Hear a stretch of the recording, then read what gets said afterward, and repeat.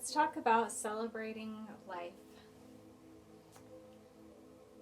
I've come a long way in learning how and why to celebrate life. And what it does for me is it helps me to see the worth in all that I do. I kind of feel a lot of the times like what I'm doing is not good enough. And so when I can celebrate more often the things that I do, it helps me to find value in it, in everything that I do. So, just an example of a few things that I like to celebrate. I celebrate when I wake up in the morning. I celebrate these things by kind of telling myself that they're good. So if I wake up early or on time even, I tell myself that it's good, that I'm doing something amazing, and I kind of hold on to that and remember it throughout the morning at least, if not throughout the whole day. So I replay it in my mind. That's one thing that has been really helping me, is this idea of replaying the celebration, the victorious moments of my life, which is actually everything that I do now, thank God. Everything is good enough, and it is great, and it's not bad.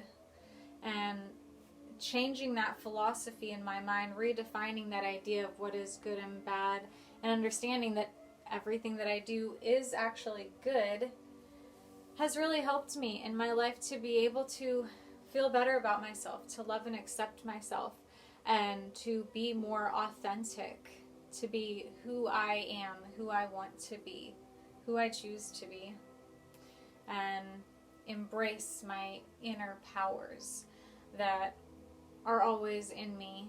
But when I'm feeling I'm in a state of lack and I'm not celebrating anything in my life and telling myself that these things that I'm doing are bad, like, oh, I got up this morning on time or early, but the last 3 days I've slept in, and that's bad that I've slept in, and that hurts me.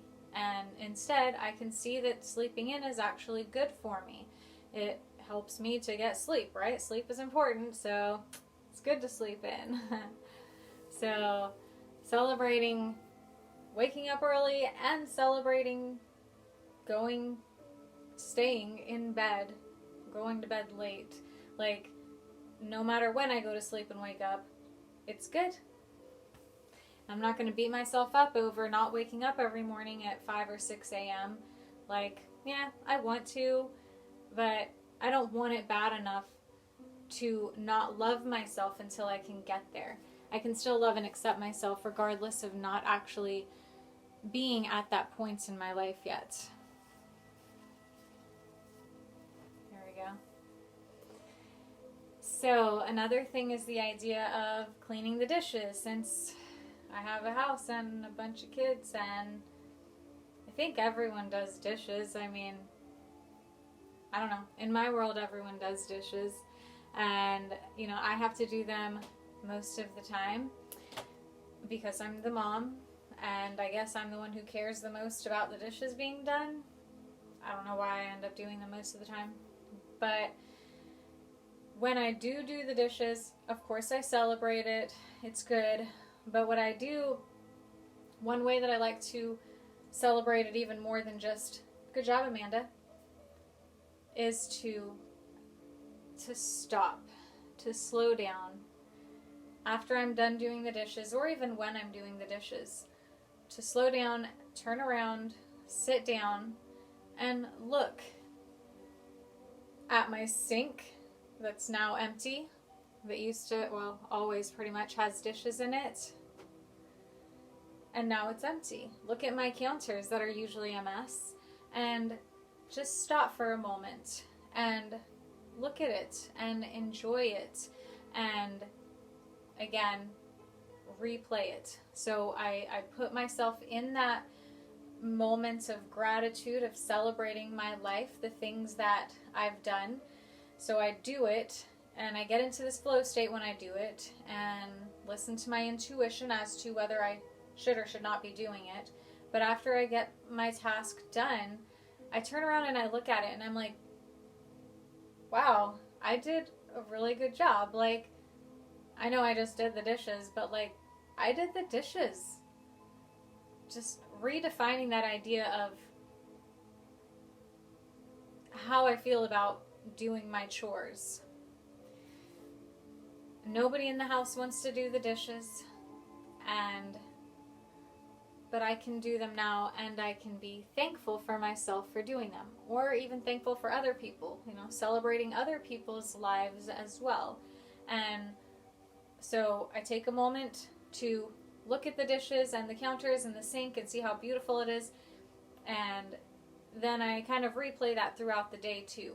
Think about that instead of worrying so much about my bills that I have to pay or whatever. Like, I think about how awesome I did earlier today on doing the dishes. I praise myself and I replay it in my mind. And I tell myself that it is good. There's nothing bad about it. Even when I don't do the dishes, when I see a sink full of dishes, I find something there to be thankful for, to celebrate the fact that I have children who are here with me, helping me, even though sometimes they feel like a hindrance.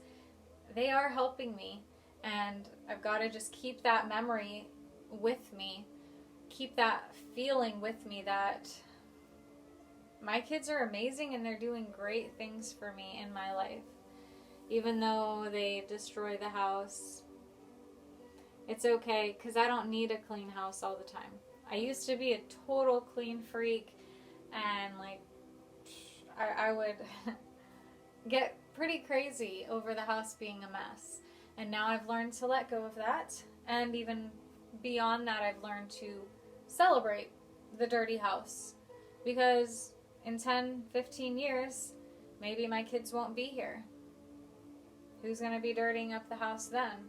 It's just going to be all my mess. Like, I don't know. I like to just think of it like, I'm glad that I have my little people here with me, helping me, cleaning up with me, or just me cleaning up for them. And when I can feel more grateful for them, they actually end up cleaning up for me a lot more. And then the last little part that I want to throw into celebrating life is the idea of being lazy and productive. That is something that I struggle with. I am super driven, and I'm working on slowing down the yin and the yang, the feminine and the masculine aspects. I am super driven. Super on the masculine side all the time, just go, go, go, super busy. And I would tell myself that being lazy is bad. And I'm realizing that being lazy is not bad, and I'm redefining these. It takes a lot of time and a lot of new integration and just changing your ideas about things in order to get to this point where celebrating life is more of a normal thing, more of a daily thing. But one big way is changing those bad things into good things. So being lazy is not bad anymore. I can see how it benefits me. It also helps me integrate my new ways. So when I can sit down and be lazy and just watch TV or sleep in and scroll through Facebook or Instagram or whatever, I don't really do it for that long. I don't know.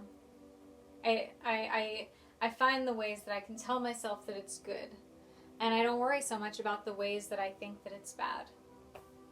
So I hope that helps. I hope it makes sense, just understanding the idea of the yin and the yang, the balance in our life, how it can help us to redefine our life, to live in balance, and not worry so much about the bad, and instead celebrate life. Peace.